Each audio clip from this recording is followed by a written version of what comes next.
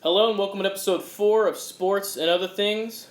I'm your host, Gabe. Before we get started, I want to go ahead and apologize for any audio quality issues. I'm recording on a different device this week, so audio quality may not be as good, but we go ahead and just proceed like normal. I want to welcome in our very first guest of the podcast, Connor. Connor, how does it feel to be the inaugural guest on the pod? Oh, it feels great, Gabe. I was so excited when you gave me the news. I've been waiting for weeks.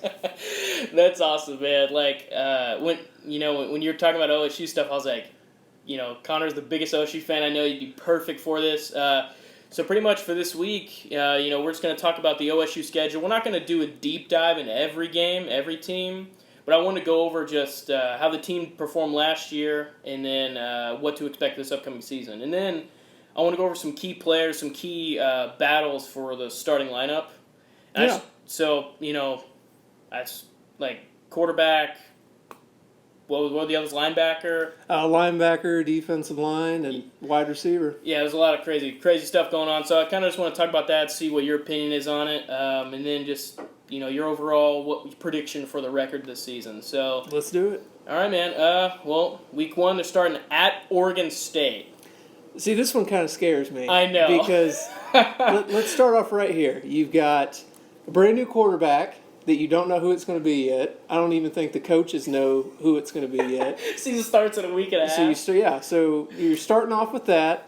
I know Oregon State isn't very good, but it's the first game of the season. Yep. It's at Oregon State. It's a Friday night game. And you're replacing so much on defense and a brand new quarterback. So it'll be exciting to see what happens there. I know that Oregon State is horrible at defending the run. Yeah, I know that. So they went 2-10 last season. Yeah, just not good. However, I'm impressed with OSU at least trying to have make their schedule a little better because normally they have like these rinky-dink teams.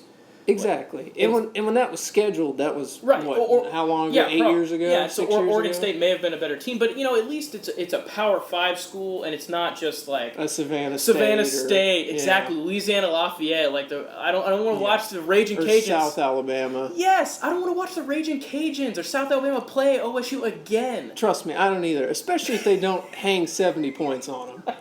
If you're winning 48-24 against not D1 teams, I got a problem with that. It's not fun to watch. Right. So I at least give kudos to them. Oregon State went 2-10 last season. I don't know what to expect with Oregon State. I feel like every other year they have a good season, they have a bad season. They have an okay season, they have a bad season. I don't know what to expect of them. Mm-hmm. I don't know. I know Oregon probably gets the majority of the recruits in the state of Oregon, exactly. in the Northern California area. So I can't imagine their recruiting is overly great, but it's still got athletes. They're still a D1 program. I know, it's at their place. Yeah. And it's a night game, first game of the season. I know. Anything could happen. It's going to be interesting. That'll definitely set the tone for how the season's going to go. And it's like you're saying, the quarterback issue and the new offensive coordinator that they have from Princeton. So it's I'm not 100% sure what to expect. I went ahead and marked it as a win just because I feel like OSU, they're going to have the better athletes, even though there's still some stuff up in the air. I just feel like they can probably take care of Oregon State. Moving on to week 2, they're playing McNeese State, who is in the FCS, who went, 6-5, not terrible, but they're not in the FBS. Exactly. If OSU doesn't, they don't have to hang 70 on them. Exactly. But you got to beat them by at least 3 to 4 touchdowns. Well, that and you need to start figuring out who your starters are going to be and how your rotation is going to go at that point. Yeah, this is the last chance for kids that are trying to make the rotation to prove something of themselves. Yeah, and the thing is, it's definitely a game where if you don't just absolutely just demolish them, it's okay because you're still filling out your roster. Exactly. And you can put guys in who may not be the best because you're not really worried about losing. Especially with that new 4-game redshirt rule where you give people 4 games. And that, okay, by the way, I don't know if that's not talked about enough. That is an amazing rule. Exactly. Because, how many guys has that helped? They literally played 3 or 4 games and then they're like, nope, you know what, I don't want to play anymore this season. It's you just add another year of eligibility. It's dude, that's exactly awesome. And I also think it's a big thing for not only to get freshmen acclimated and see if they can handle it, but I think it's a big deal for the end of the year when players are maybe sit out bowl games or get injured. And those freshmen have get in the weight room for a little bit and get developed a little bit more where maybe they are ready to play towards the end of the season. Yeah, and you don't. I mean, it's 4 total games. You could play 2 at the beginning of the season, and then if you have guys sitting out of bowl games, injuries happen. You play the last 2 games of the season. It's not a terrible thing. Exactly. So yeah, with McNeese State, I also put a win there. If they lost that game, I mean, well, it wouldn't surprise me. I mean, OSU, I think, is the only team that's lost a game after the game's been over. So, I mean, we don't start cheering until the buses have left, until that team is home. Yeah, it's no more untimed downs. Central Michigan, man. So then, their third week of the season, or third game of the season, they're playing Tulsa at Tulsa. I know Tulsa's, they went 3-9 last season, but Tulsa's like a pretty decent team. Tulsa's solid. I like that they picked them up because they did a long-term scheduling with them, and I like the reason that they did that. Not only is it good because both schools can benefit from away teams traveling to watch the games. Yeah, exactly. But I love that OSU is scheduling a consistent game where every other year they'll be playing in Tulsa, where people, young kids growing up can go see an OSU football game, and you know how it is when you're a little kid. Yeah. The first game you see might be your favorite team, no matter what. So I think it'd be a big thing for recruiting the Tulsa area. Yeah, and I definitely agree. And the thing is, like, it's not difficult to travel there. Like, so exactly. if OSU fans in the city, or even OSU fans in Tulsa, now they can OSU fans in Tulsa. It's right down the street. I think it's a win-win for both programs. It's awesome, and that helps Tulsa get the extra publicity. It's like, oh, by the way, we're recruiting you. We play OSU every year. Yeah, we're going to be on TV most likely at least a handful of times. Yeah, and they're in the American Athletic Conference, I think. I don't quote me on that. I'm not sure. I think they're in the American Athletic Conference, and so there's some solid teams in there, and so Tulsa's not last year they didn't have a good record, but overall, they're a decent team, and if OSU keeps scheduling them, I have no issue with that. Exactly. I don't remember. It was a couple of years ago where it looked like OU was going to lose to them. And it's Tulsa's a team you don't want to lose to, but if you keep the game close, it's not horrendous. Yeah. So, but I put OSU, put a W on that one. I think they're going to start the season on their non-conference, and they're going to go 3-0. Exactly. If they lost to Oregon State or Tulsa, not the end of the world, but I think they should be able to take care of all of them. So, then they open up their conference schedule. Oh, at Texas. Oh, I know. Even though OSU has a winning streak at Texas right now. I think it's 5? Yeah. And the next closest team is 2? Yeah. 3? Yeah, it's it's so weird that OSU has been able to take care of Texas in at least recent time. Well, to be fair, during those years, Texas would come and win in Stillwater. Right. Yeah. So they were just kind of flip flopping wins, but Texas went 10-4 last year, played in the Big 12 championship game. They're looking to, if not win the Big 12, finish second again. Exactly. That's a huge game. If OSU can go and take care of Texas, that would be phenomenal. It would be huge. And the reason, if I had to pick a winner of this game, the reason it's so weird is because I know Texas is good. We can all agree that Texas is good. Yeah. I don't know how good. Right. Well, and it's weird because, they started off last season, Tom Herman's second year, and it's is Texas back? And the season was kind of rocky at first. Yeah. And then they kept playing better, and then they beat OU, and it's Texas is back. Again. And then if there was any debate after losing the Big 12, they went and smacked Georgia. All right. Yeah. And so it's that was huge. I was happy. I'm not a Texas fan, but I'm so glad they did that. Like as an OU fan, I will never root for Texas. However, that was big for the Big 12. Right, yeah. The Big 12 needed them to do that, especially after OU losing to Alabama and OU not having a quote-unquote case to be in the playoff. Yeah. like, it was nice for Texas to at least beat Georgia. So, and as far as their recruiting goes, like Texas is one of the best football states in the country. Exactly. They get their recruits. Even though they have crazy athletes, they haven't always had the success in the recent years. But I know they're bringing a lot of guys back. The starting quarterback, I draw a huge blank on Sam Ehlinger. Sam Ehlinger, thank you. He's supposed to be like awesome and is. I kind of view him as like a Tebow light. Yeah, exactly. And he's getting like some like low key Heisman buzz. No, that's my whole point. It's like I know he's good, but I don't know if he's a stretch. that good. That's a stretch, right? And people are saying like he might be the best quarterback in the Big 12, and I'm like, again.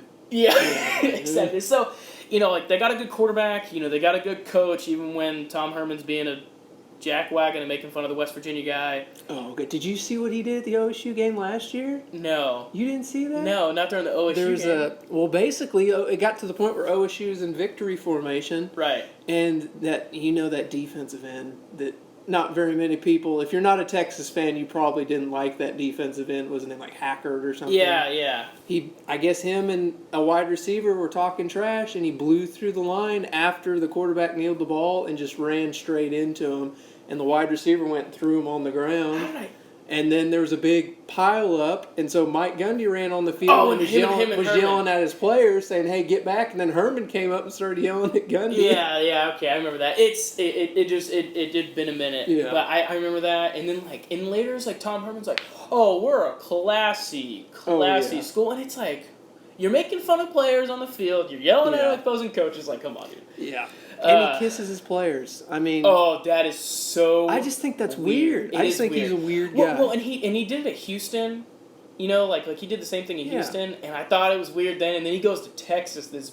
One of the bigger name schools in all of college football, and it's like, yeah, it's kind of weird. I don't know. I don't want to make a thing out of it, but it's just like I would not be comfortable with that. I know. It's like, Coach, I love you, but I don't want, especially on TV. Like I just. Well, and so, you can tell it. Like some of the guys are cool with it, and others they kind of lean in real gently. They don't want to. That's maybe we should move on from that. That's good. So I put. So I have Texas. I have OSU losing to Texas. That's fair. That's fair. I could see that. I got a good feeling about it. If they decide who their quarterback is at that point, I think they have a really good shot. But if not, then I could definitely see OSU losing at Texas that game.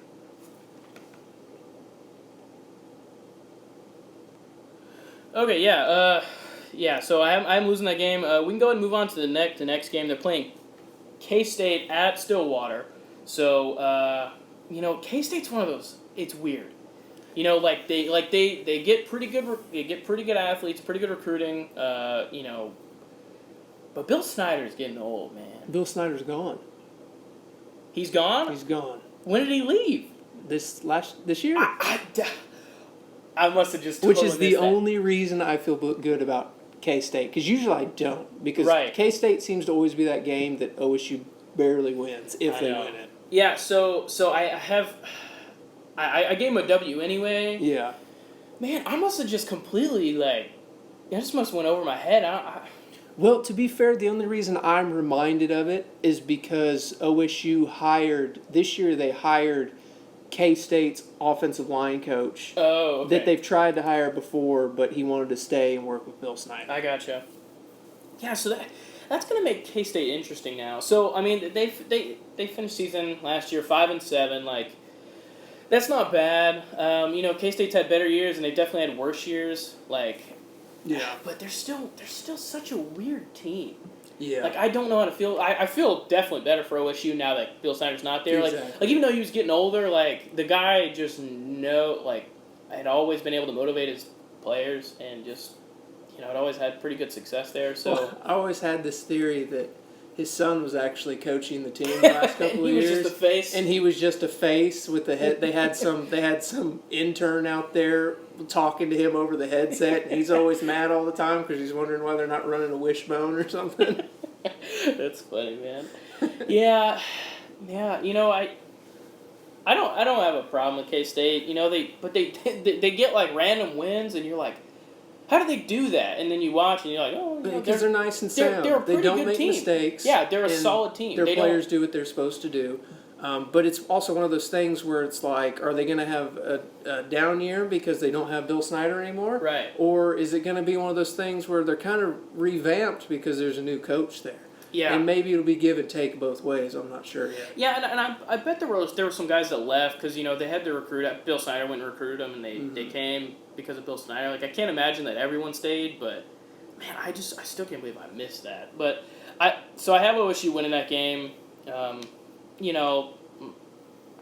If they lost to K-State, that's not that big of a deal. Yeah. But they should be able to take care of them. Just because they got the better athletes, like I was saying earlier. They got the better athletes.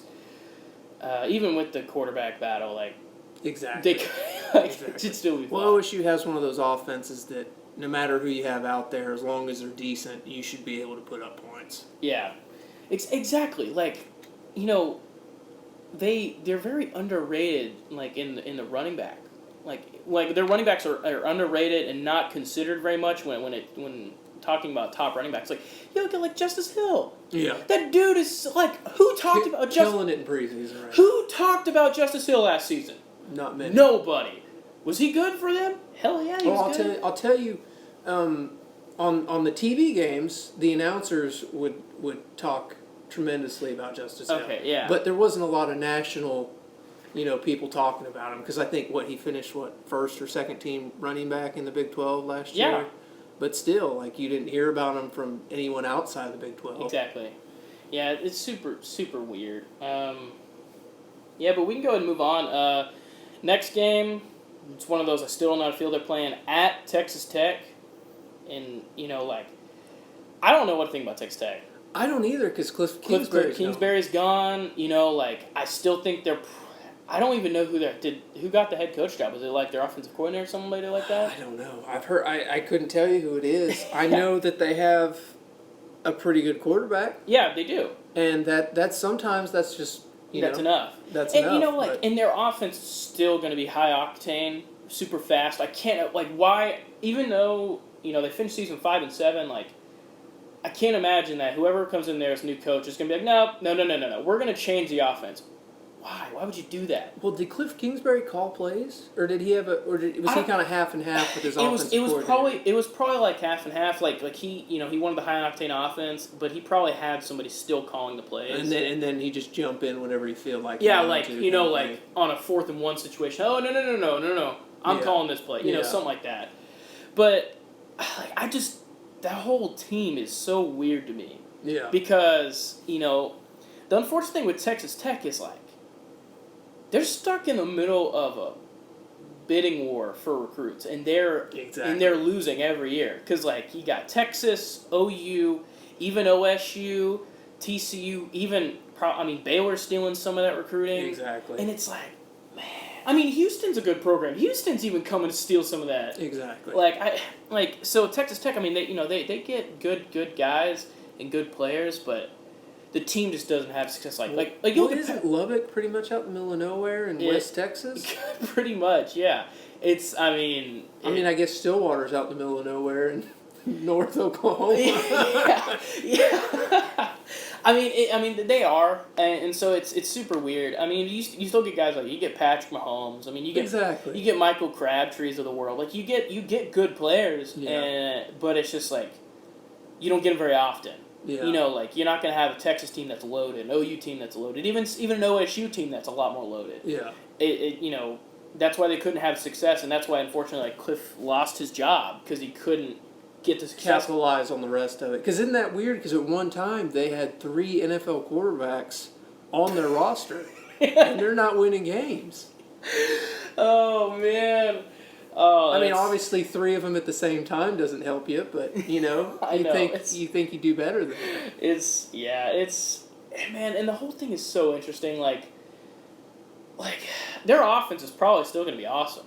Oh yeah, but I would assume so. But it's their defense that's still going to be trash, probably. Funny, did you hear there was a reporter, I think it was a couple seasons ago, was asking him at a press conference to his face, asked Cliff Kingsbury. He goes, You recruit out of the state of Texas, and he named, I don't know how many, there's like a couple hundred every year of D1 football players come out of the state of Texas, and you can't find 11 guys to go out there on defense and hold someone under like 35 points. And he just goes, no. He goes, if I knew the answer to that, I'd be doing it. That's the truth.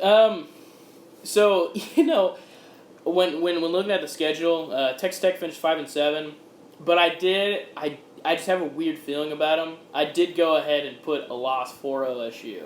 Okay, where was it at? Is it in Stillwater? It's at Lubbock. Okay, at Lubbock. Yeah, I'd have to disagree with you, but I can see why you did that. Yeah, it's mostly just because the mystery of Texas exactly. Tech. And it's like, now that I know that Bill Snyder is not at K-State, like, I may have given them a loss because I don't know, what's the deal with K-State. Exactly. So, yeah, Texas Tech, I put a loss. I have no idea how they're going to do next year. And then moving on to Baylor, they're playing at Stillwater. Baylor finished 7-6 last year. Baylor scares me. Baylor does scare me because they're starting to kind of they're turning it around. They're turning around and they're playing better. Seasons go on as we get further and further away from the Art Briles era. They're playing better and they do scare me. Like they could finish the season like 9-3, 9-4, or they could finish it, with 4 wins. Right, exactly. I don't know. But I have a lot of faith in Charlie Brewer. I think he's pretty good. Yeah, I do too. I don't think he's as good as a lot of people are saying, but maybe they just know something I don't know. Yeah. But the loss OSU had to Baylor last year was just heartbreaking. Up by 3 scores in the fourth quarter, and they had a final drive, catch a corner pass in the end zone to lose the game. Oh man, that was heartbreaking. Well, and so Baylor's another mystery team. I think Baylor's going to be much improved.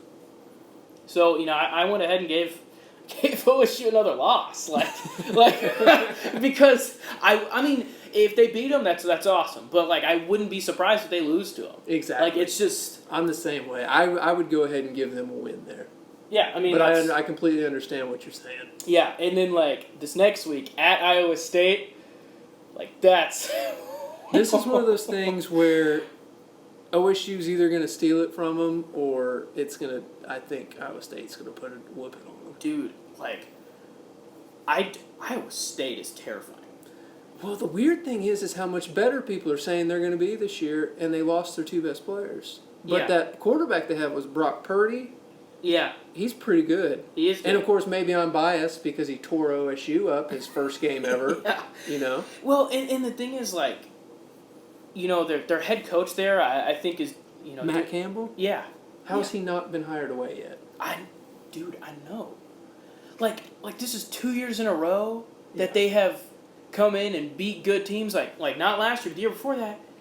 They beat OU. Weren't they in Norman when they beat OU?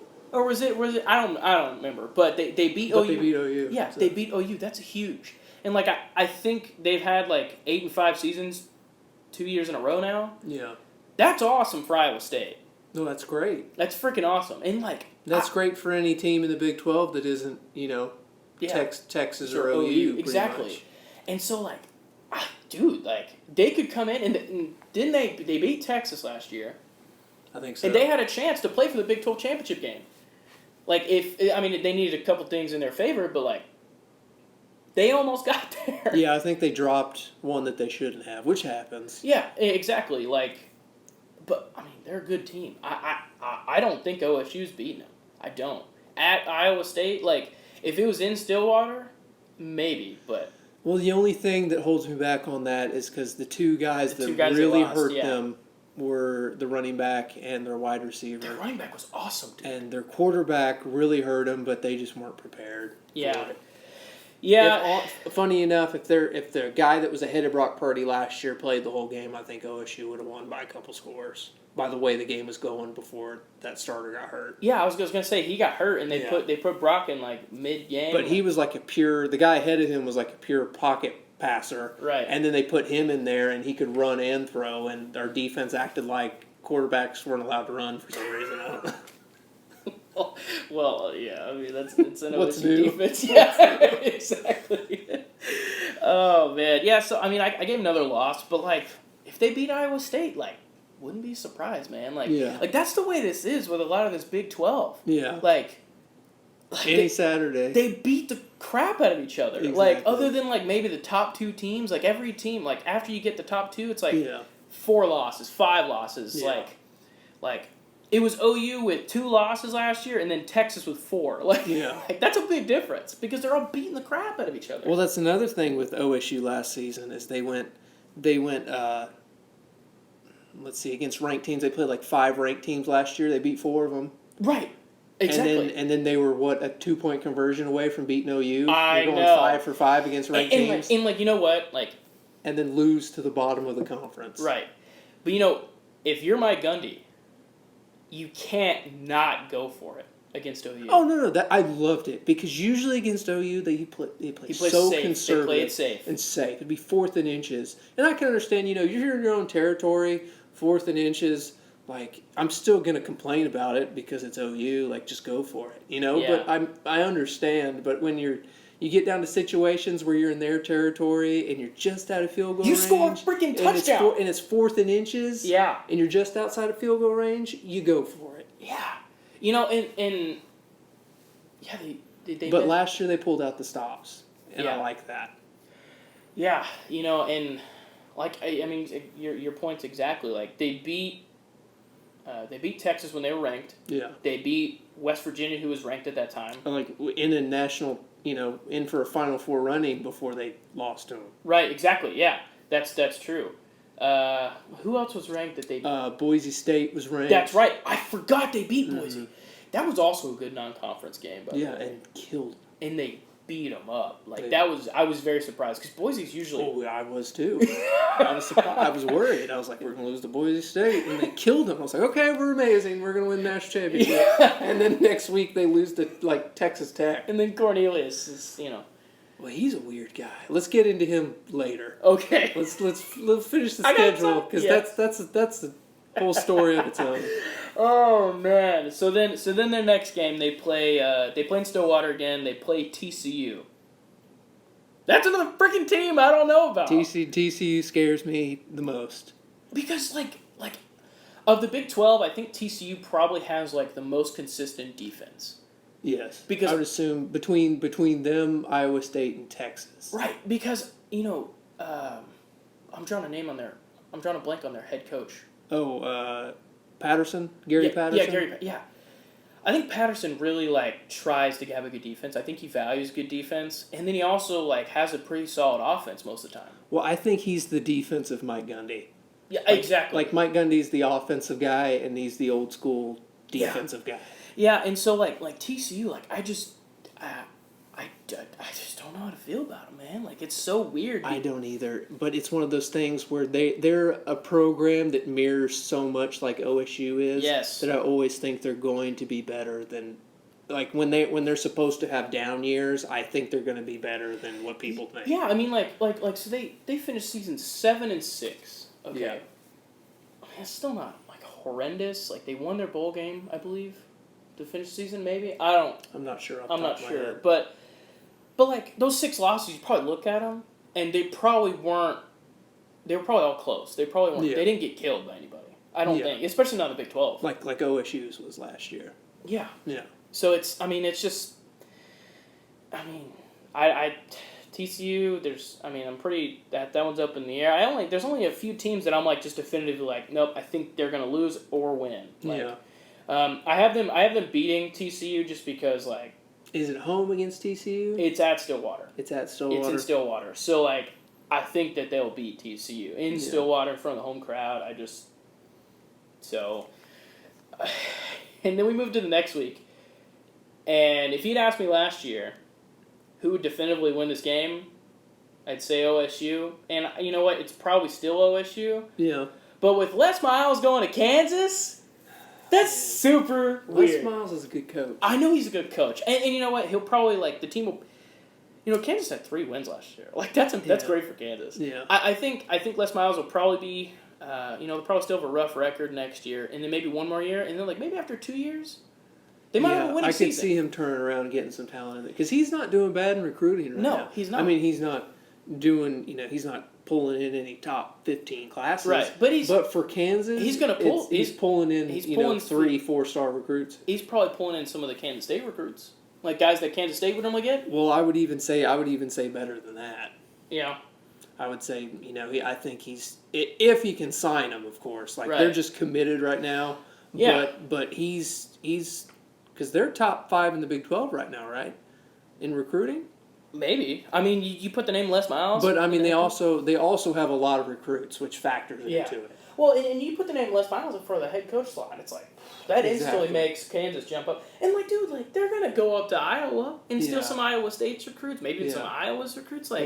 Like, I mean, Les Miles, like, he's got, like, I would imagine he brings a lot when he comes in to meet a guy for a recruit. Well, exactly. I've sent guys to the NFL. I've won national championships. Right. When I was in the Big 12, I beat OU. Yeah, exactly. Like, well, and that's the thing, like, as soon as Kansas gets their first winning season, he's gone.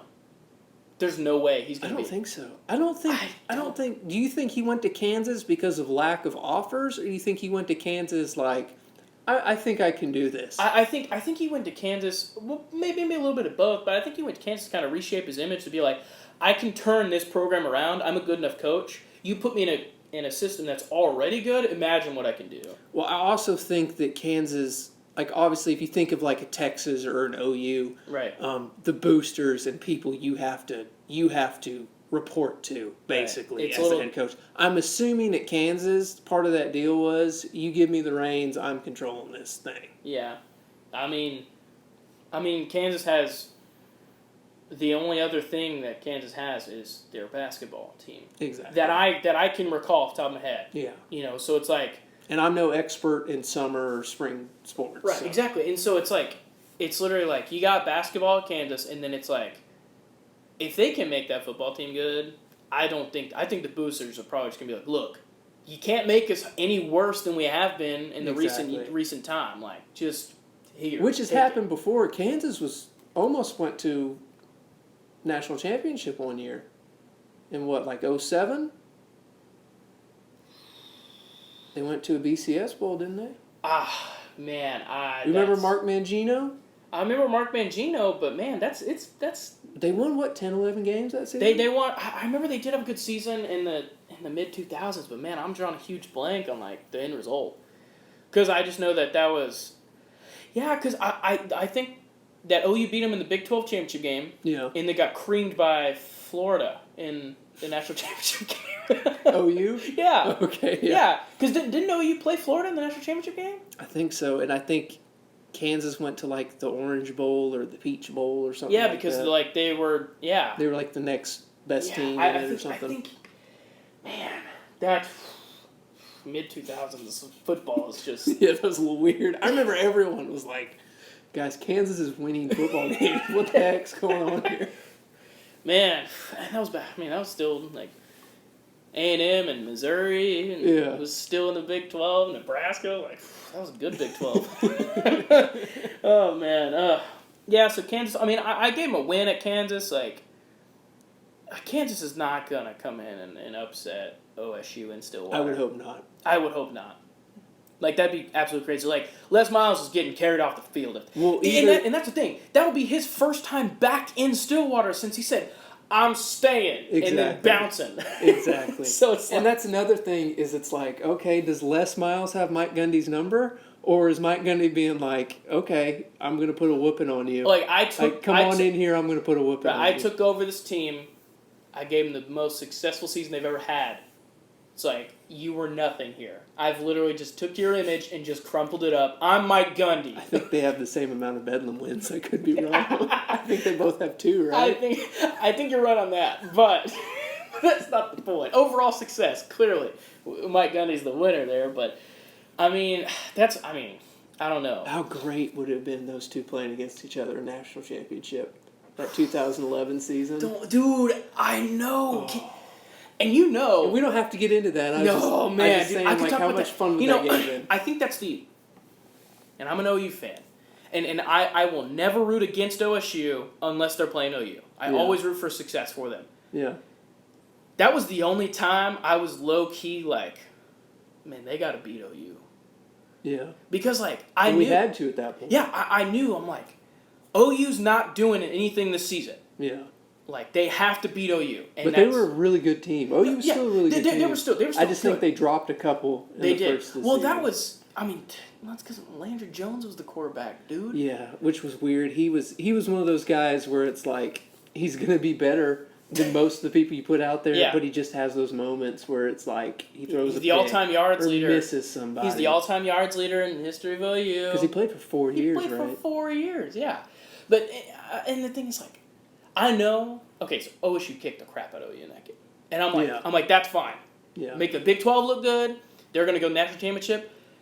Dude, you know if they played LSU, I think they would have killed them. I don't think they would have. I mean, they might not have killed them, but they wouldn't have lost. I know for a fact. Not unless someone on OSU You're telling me hurt. Brandon Whedon throwing to the Bolitnikov winner and Justin Blackman? Dude, they are not losing LSU. I agree with you. I don't and it's BS because, the stupid coaches poll, man. Oh, I saw that they had, like, one guy voted them 20. That was the only reason they lost. Because that was the closest race in BCS history between the second and third. Yeah. And that's because they lost to Iowa State on a kick that, you know what, you look at the upright, that sucker was on the inside of that upright. I'm getting sad. I know, yeah. It's just like the 2012 Thunder. Well, you're welcome. You're welcome, in the BCF playoff, if you're a 3 or 4 seed and you win, you go ahead and thank Oklahoma State because that's why it's there. Yeah, so you're welcome. Exactly. Oh, Ohio State, they beat Alabama as the 4th seed. That's why. The other OSU owes us a thank you. Yeah. And they have our offensive coordinator. They probably won't thank us about him. Oh, man, that's a deep cut. I could talk about that 2011 team for a long time. Oh, yeah, I just got sad. Yeah. Just a little depressed now. Well, we can move on to their next game. They're playing at West Virginia. Dude, okay, West Virginia is another one where it's like, are you good? Because Dana Holgerson's gone. He's at Houston, by the way. Which is interesting. I think it's a great move. That is great. Because look at where head coaches of Houston have gone. I know. A&M, OU, what were the last guys? Texas. Texas. It's Tom Herman. Yeah. And so it's like, well, if you're going to get hired from Houston, they'll leave West Virginia. Well, and the thing is, like, the thing with Houston is they get a lot of recruits because Texas, tries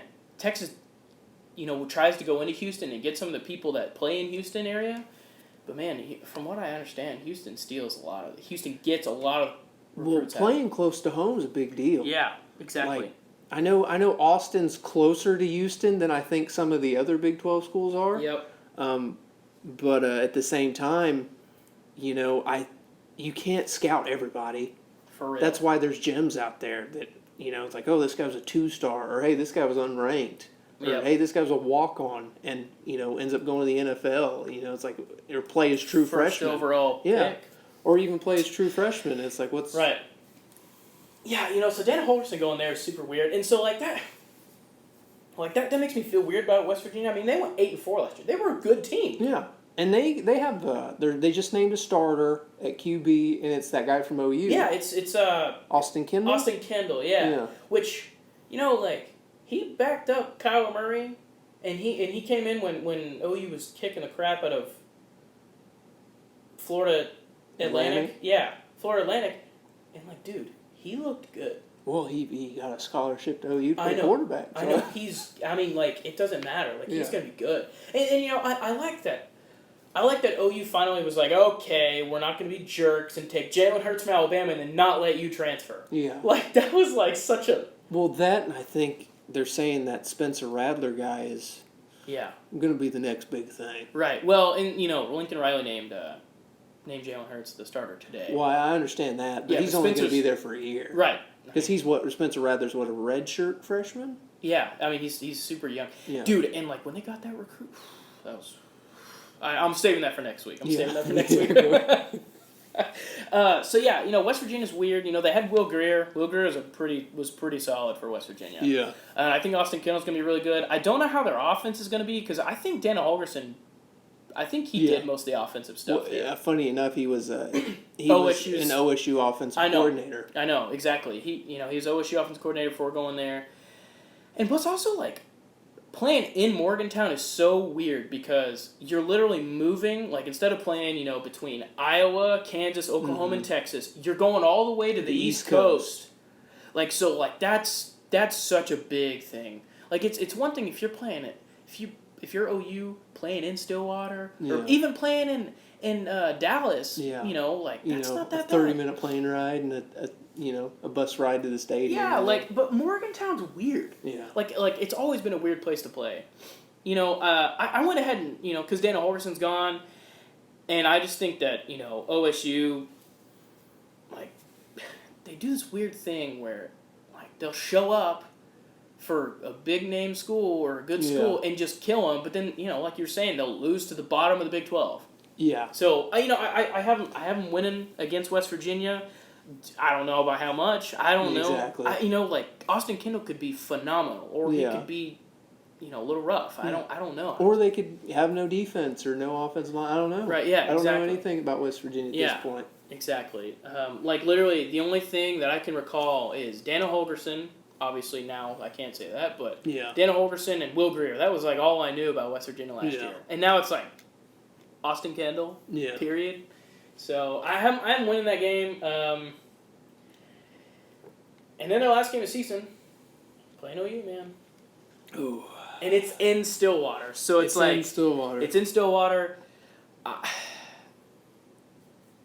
know that OU is the better team, just recruiting athletes, just overall.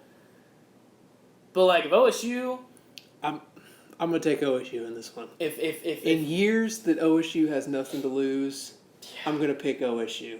And I know history's not on my side, but the games have been so close. That's the heartbreaking thing about being an OSU fan. It's you're losing, but it's not like you're losing by 2 or 3 scores. Yeah. You are literally losing barely each time. Exactly. And the thing is, what was it Close game. Tyreek Hill touchdown for the win. Close game.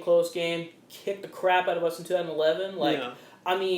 Since about 2009, 2010, OU I don't think has probably won by more than one score. And I think that might have been that 2009 game. And that's just because OSU played a quarterback that was literally broken. Yeah. Instead of playing Brandon Wheaton, who turned out to be the best one to play there. Exactly. Yeah. I'm losing OU, but Well, I understand why. It's just I'm just thinking this is going to be a year where OSU's got nothing to lose. Yeah, they're gonna win. They're gonna win stupid games, and they're gonna lose stupid games. Exactly. It doesn't. So yeah, I have them overall finish season 7-5. Could they finish 8-4 or even 9-3? Yeah. Yeah.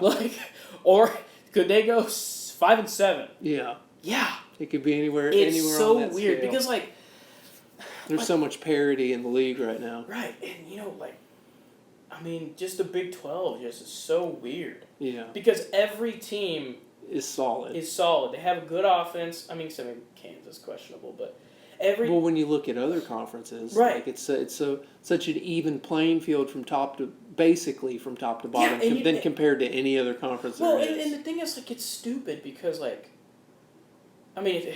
pros and cons about it, but OU plays everybody in their conference. Yeah. So everybody beats up on everybody, but there's no team in the Big 12 that has an atrocious offense and an atrocious defense. Exactly. They have one or the other. Most of the time, it's the offense and the defense is rough. But you look at the Pac-12, you got the top teams, and then Oregon State, 2-10. Well, not even Oregon State. Let's see, you're pulling out Oregon State, Washington State's all right on offense. I guess they had a decent year last year. They played for the Big 12 or Pac-12 championship game, didn't they?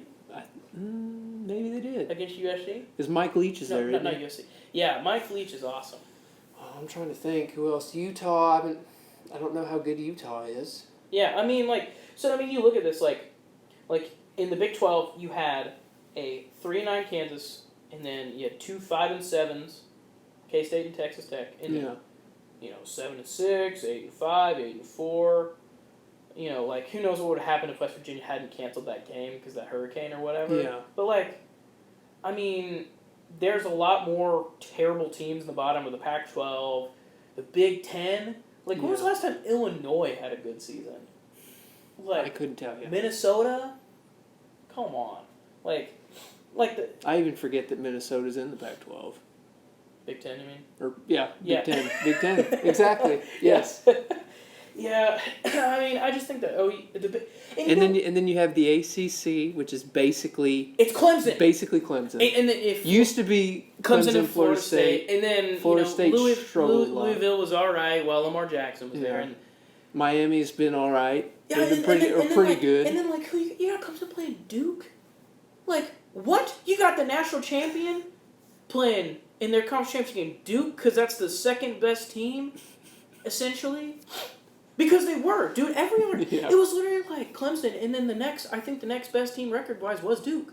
Yeah. And that's horrendous. Their quarterback a number 6 overall, but that's debatable. I'm a Giants fan, and that's anyway. Well, just a quick note on that. Is there anyone that looks like they went in a time machine and went and pulled Eli Manning out of college? They drafted the 4th Manning brother, I think they looked at that, they're like, that guy looks like Manning, and we're going to draft him. Okay. But Clemson, they could literally destroy the ACC and just put Clemson somewhere else, and they would still be fine. Yeah. Because Clemson and Florida State, that's a huge game. Normally. Yeah. What did they kill Florida State last year? Yeah, and I think Florida State just lost their QB, too. That 3 or 4 year starter, Francois, didn't get kicked off the team or something?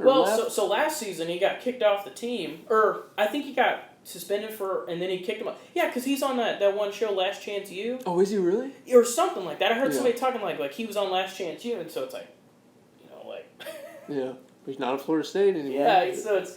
And then, Jimbo went to A&M, so it's kind of... Florida State's rough, and it's Clemson played South Carolina, and South Carolina was better last year, but, dude, Clemson, I was like, they're going to get wrecked, and then they were awesome. Yeah. Well, that's the problem. They're so good. They don't play anybody, so it's you don't feel like they earned it. Right. But they earned it. They're amazing.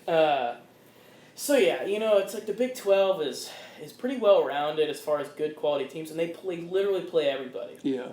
If they ever add 2 more teams, and then they split between North and South. Well, or whatever. How would you do that? I don't. Because you'd have to have OU and Texas play every year, right? Yeah. You have to. Well, so what I'm thinking they would do is they'd split the North and South, but I think in this instance, depending on the teams, OU and OSU would be in the North, because you got Baylor, Texas Tech, TCU, Texas, or maybe an East-West or well, and then what if they added like a Houston to the Big 12 or I hope they don't. I hope they don't, because it's just like the TCU thing. I was very against it, because guess what?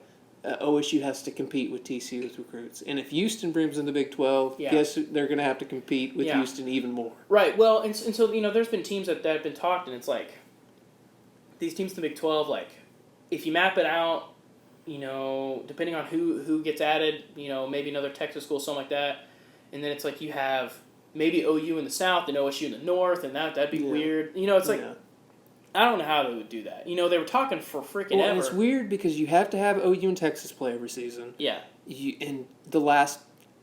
Before last year, how many years in a row was it between OU and OSU? Whoever wins Bedlam would have won the Big 12. Yeah, exactly.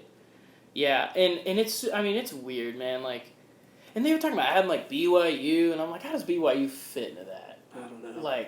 Are they going to be the middle of the class? I don't know. It's weird. Exactly. So they play everybody, which is cool, but at the same time, it's they just beat the crap out of each other. You're kind of beating yourself up. Right. Kind of holding yourself back. If OU could not have to play Iowa State or TCU every year, that would be cool. Yeah. But depending on where they land, they play on everyone on their side and then a couple teams on the other. Exactly. So, But yeah, I mean, overall, like, I got OSU finished 7-5. Like, that'll probably put them middle of the pack. Yeah. In the Big 12. Like, it may even put them top half. Just depends. And then, like, we're going in their key players. Dude, I don't know anything about this OSU squad. Like, we were talking a little bit before we started about, like, the quarterback battle. Mm-hmm. You got Drew Brown, the Hawaii transfer, and then you got Spencer Sanders, that 4-star recruit who redshirted last year. Exactly. And it's like, I literally don't know anything about either of them. But yeah. I have, seen things where, it's like you were telling me, 1 week it's one guy and 1 week it's another guy. Exactly.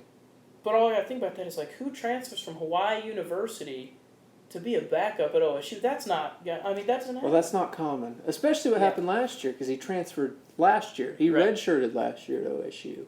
Which is probably, But the thing is with either guy... It doesn't matter who loses, because then it goes, okay, well, if Drew Brown doesn't start, he can't transfer. Yeah, and that sucks, because then he just transferred from Hawaii to, like... For Oklahoma for 2 years to not play. Yeah, and I personally, like, if I'm going to sit on the bench, I'd rather do it in Hawaii. Yeah. Well, he started in Hawaii. I know, but, like... And then Spencer Sanders, like, he's already redshirted, so if he decides to transfer, he'd have to sit out a year anyway. Yeah. And Drew Brown's going to be gone next year. So it's kind of a weird deal. Yeah. Yeah, and then, it's like we mentioned earlier.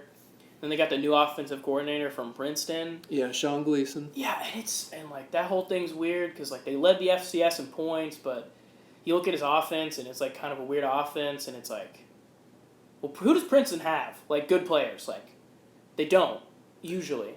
Yeah, so, for the conference, they had some good players. For Ivy League, yeah, it was probably... I know that he out-recruited Alabama for a QB, but at the same time, it's probably easier to say, hey, you get a degree from Princeton, probably a little bit better than Alabama. That's just my guess. Full ride to an Ivy League school that costs more per year than it does probably your entire time. And I'm not being sarcastic. I would assume that most people would think that if you got a degree from Princeton, you'd have a lot better chance of making a comfortable living than a degree from Alabama. Yeah, and like while you're playing football. Plus, like in life, it's like, oh, where'd you go to school at? I don't know, just a little school called Princeton. Like, it's just like, that's like a big, like, versus like Alabama, it's like, oh, Alabama. It's like, there's a big difference. Roll Tide. Roll Tide. My dad was born in Alabama. He's a huge Alabama fan. He loves them. So it's like. Well, there you go. I'm surprised you're not fostered into that family. I mean, like, I'll root for them, but it's like, it's kind of hard because, like, I kind of because they're so good. And they've beaten OU. And I just get so frustrated, just like the constant like media bias towards them, but also mostly like SEC in general. But because it's them. Yeah. Anyway, so Sean Gleason, I don't know, man. That's weird. Well, it's kind of a weird deal because he had such a special offense, and I don't know if you want to call it gimmicky, if you want to call it just innovative, or a mixture of the two.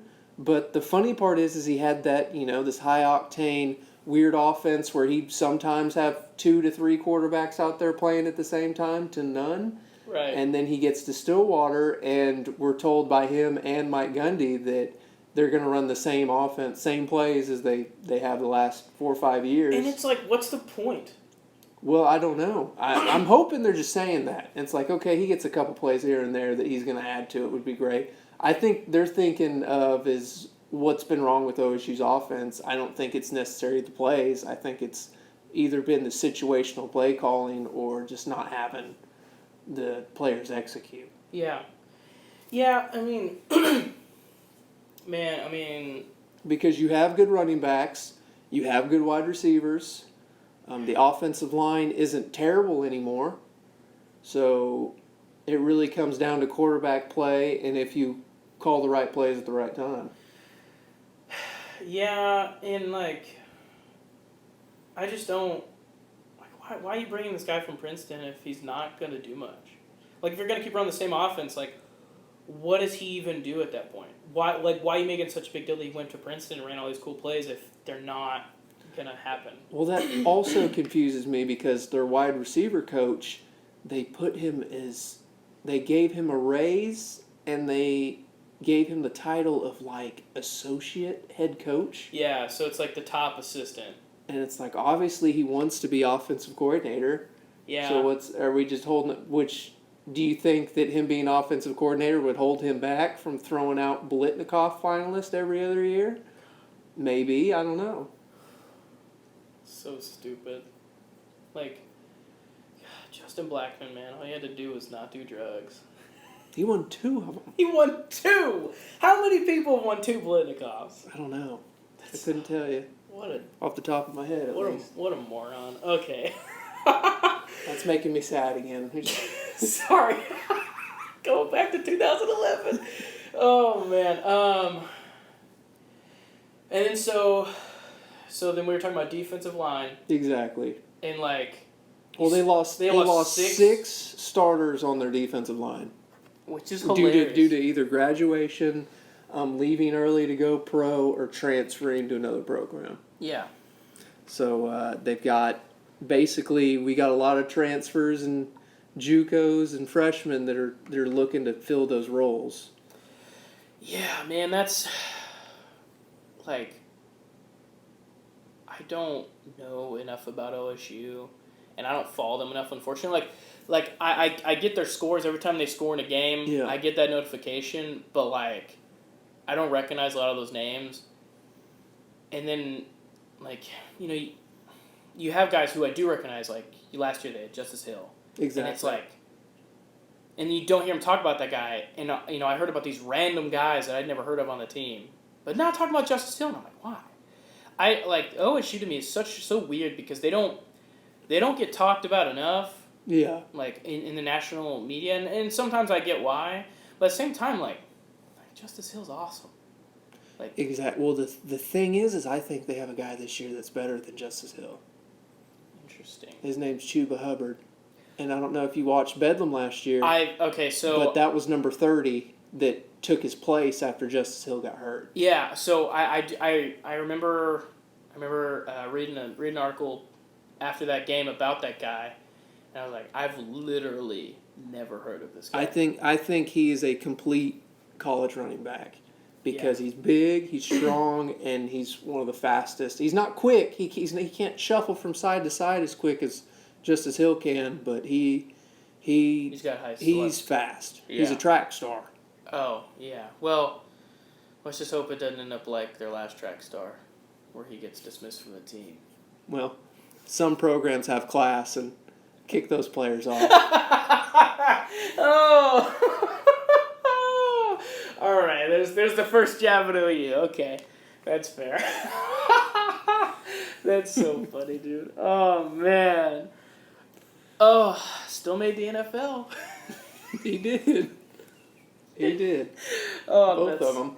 Both of them. Yeah. Oh, that's hilarious. In case you guys aren't following, we're talking about Tyreek Hill and Joe Mixon. So one of them got kicked off the team permanently and transferred and went somewhere else, and the other guy just got kicked off for 2 years and then was welcomed back with open arms. What a weird roller coaster for Tyreek Hill. Yeah. Because that happened, a day after he ran that punt back in Bedlam? Yeah, literally, like the day, like the next day?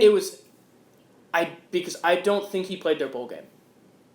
No. No, like, I think it was literally like, oh my God, Tyreek Hill is awesome. He's going to literally destroy the college football next season. Yeah. And then it was like, dismissed from the team. And you're like, what? The MVP of the game, essentially? Well, or the fact that you see what he does in Kansas City. Yeah. And I guess it's on ice whether he's going to play or not this year. But you see what he does, and they did that a couple times at OSU, where they'd have him run a go route and just chunk it up, and he's going to run under it.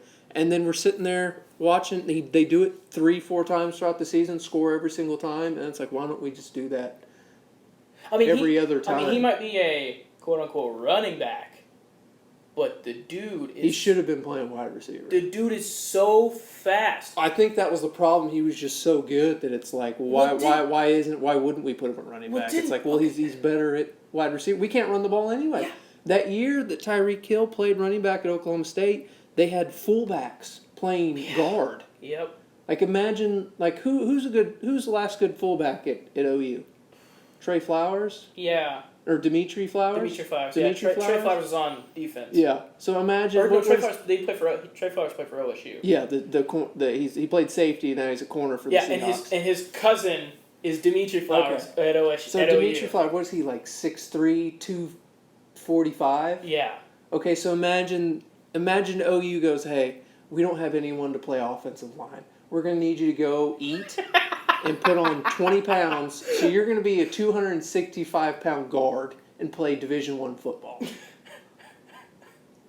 Dude, and you know what's crazy? Like, he had some, I don't know if it's still a thing, but he had some record at track. Because he ran. Yeah. Like, the dude was so fast, and, like, all you got to do at Kansas City is give him punts and kickoffs and throw him the ball. Exactly. Like, don't let him run out of the backfield. I mean, do they play him at running back sometimes? I mean, he'll run like a running back. Yeah. But most of the time that I see him, he starts He's out behind the quarterback, and then he runs out of the backfield and gets like a screen pass over the line. Yeah. And he'll catch it, and he'll run like freaking 10 yards in like a half a second. It's like, man. But yeah, so like I don't know anything about OSU's roster, and like they got all these battles going on, and I'm like, these mean literally nothing. Yeah, they have a ton of battles because obviously they're replacing those 6 guys up front on the defensive line. Their linebackers worry me because they have 4 of them with game experience. All 4 of them are hurt right now. They're like banged up. They're not like injured, but they're banged up. And basically I'm worried to see... They have this guy named Calvin Bundage. I don't know if you've ever seen him play before. I've heard of Calvin Bundage, yeah. He is a freak. He's awesome, I've seen this guy, but the problem is he's not very disciplined. I've seen this guy run over 2 offensive linemen, and then while a running back, the same play, runs over 2 offensive linemen. He's not very big. He's maybe 6'2", 215, 220 pounds. And a running back comes up to block him because he blew past 2 offensive linemen, and he literally goes through the running back like he's not even there, and then just reaches out at the ball carrier, grabs him by the face mask, and yanks him to the ground. And it's like, what are you doing? If you can do that, just harness it. I know. Just figure it out. And he doesn't contain his side. Like his idea is, I'm going to get to the quarterback. I'm not going to contain. And that's a big thing that happened at Iowa State. I couldn't tell you how many times, instead of someone, containing their side of the field, they would just go around, create an even larger pocket for the quarterback, and he just stepped up and ran up the field 15, 20 yards a pop. Well, and it's I do remember, I didn't watch a crazy amount of OSU games, but I do remember, like, they'd be like, oh, there's Bundage again. Because the dude would break through the line, and, he may not sack the quarterback, but he would put enough pressure where the quarterback either makes a bad pass or he has to just start running for his life. Exactly. And it's like, the guy's awesome, but like I do remember a play where, he breaks through the line, puts pressure on the quarterback throws the ball, and then he runs into the quarterback and gets a roughing the passer. Oh, yeah. And it's like... Dude, what are you doing? Yeah. Like, I know sometimes, like your body momentum, you're running so fast, and in the heat of the moment, I get it. But to constantly get penalties called on you, and he wasn't the only one. I know. There was a lot of players who were just left and right on defense. It's like, what are you guys doing? Right, yeah.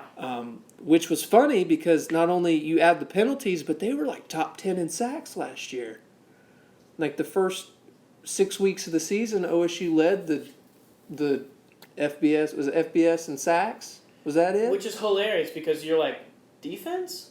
Well, I think the problem is that they changed their defensive style to where they have a lot more safeties on the field. Right. And last year at safety, you had a true sophomore starting, and 2 true freshmen.